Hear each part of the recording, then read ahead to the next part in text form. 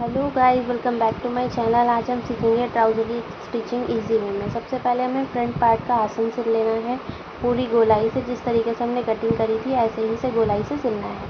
फिर उसके ऊपर भी एक सिलाई लगा देनी है। इससे क्या होता है, ट्राउज़र की जो सिलाई है वो मजबूत रहती है। फिर बैक पार्ट में भी सेम चीज़ करनी है हमें। आसन की गोलाई से स्टिचिंग करते हुए उसके ऊपर ही हम वापस ऐसे ही सिलाई लगा देंगे जैसे हमने फ्रंट पार्ट पर लगाई थी। तो जैसे कि हमने ये सिलाई लगा ली है, उसके बाद हम आसन की सिलाई लगाएंगे। आसन की सिलाई के लिए मोहरी से बराबर रखते हुए कपड़े को दोनों और आसन को बराबर रखते हुए हमें सिलाई लगानी है। पीछे का ट्राउज़र का कपड़ा हमारा बड़ा है और आगे का छोटा है, तो हमें बस बीच से बराबर रखना है। साइड से वो छोटा बड़ा रहेगा ही, तो हमें बीच से बराबर करते हुए रखना है।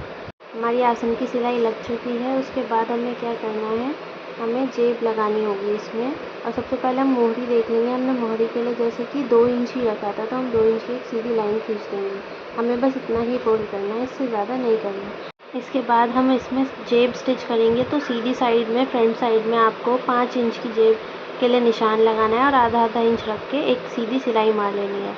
और ये सिलाई आप डबल कर लीजिएगा जिससे कि ये मज़बूत रहे। उसके बाद आप सीधी सिलाई लगा के आधा इंच पे निकाल दीजिए। ये करने के बाद आपको छोटे छोटे से 2 कट लगाने हैं दोनों कोने पे, और उसके बाद इसे मोड़ देना है। इसे मोड़ने के बाद आप इसके ऊपर सिलाई लगा लीजिए जिससे कि ये बिल्कुल सीधा हो जाए। और ये हमारी जेब के हाथ डालने की जगह होती है जिसमें हम जेब में हाथ डाल सकते हैं। फिर उसके बाद बची हुई जगह को आप जेब को सिल दीजिए। सिलने के बाद आपको फ्रंट पार्ट में जो बुकरम लगती है, या तो आप पेस्टिंग वाली लगा सकते हो या फिर मेरी तरह नॉर्मल भी लगा सकते हो, आपकी मर्ज़ी होती है। ये लगाने के लिए आपको सीधे कपड़े पे सीधी 2 इंच की बुकरम काट के लगानी होती है। और इसे क्या करना है, आपको ट्राउज़र पे सिलना है। उल्टा ट्राउज़र रख के उसके ऊपर आधा आधा इंच का गैप देते हुए आपको ये सिल लेना है। उल्टी तरफ से सीधी तरफ ये जाना चाहिए, उसमें ज़्यादा फिनिशिंग आती है। तो उल्टी तरफ से हमने लगा के अब सीधी तरफ हम इसे फोल्ड करके इसमें सिलाई लगा रहे हैं, और अंदर जो कपड़ा है उसे उसी में दबा दीजिएगा अंदर ही। तो ऐसे करके आप पूरी सिलाई लगा लीजिए। और ये 2 इंच की होती है, 2 से 2.5 भी कर सकते हो आप, जिसे थोड़ा चौड़ा पसंद है ये वो। बाकी 2 इंच ही होती है। उसके बाद इस पर सिलाई लगा लीजिए।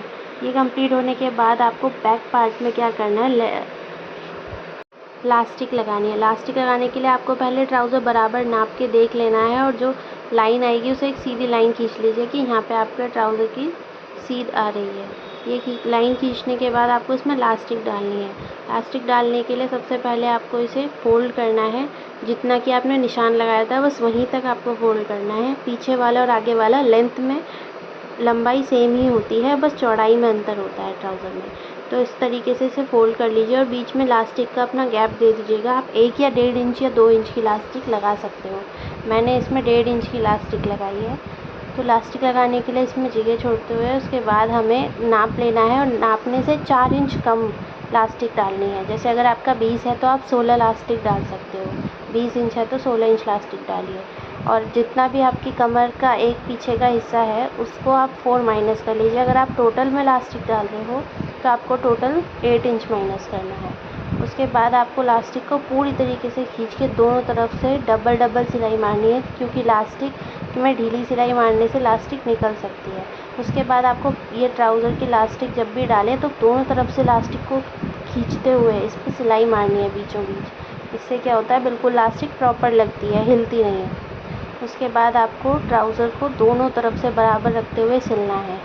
आपके पार्ट छोटे बड़े हैं पर आपको बराबर रखना है, इससे कि आपकी सिलाई सही आएगी। ये रखते हुए आपको पीछे का बड़ा और आगे का छोटा ही रखना है, पर यहाँ से साइड से आपको बराबर रखना है जिससे कि ट्राउज़र बिल्कुल सही सिले। और आपको जहाँ तक आपकी मोहरी आ रही है वहीं तक ही सिलाई मारनी है, और यहाँ से आप डबल करके अपनी सिलाई कंटिन्यू कर लीजिए। और सिलाई कम से कम आपको 2 मारनी होती है इस पर।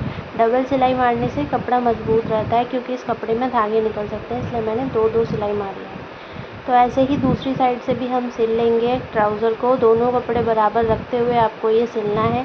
और जितनी भी आपकी मोहरी है, मैंने इसमें 6 इंच की मोहरी रखी है, ये रखते हुए आपको इस पर डबल कर लेना है मोहरी पे, और उसके बाद इसकी पूरी सिलाई लगा दीजिएगा।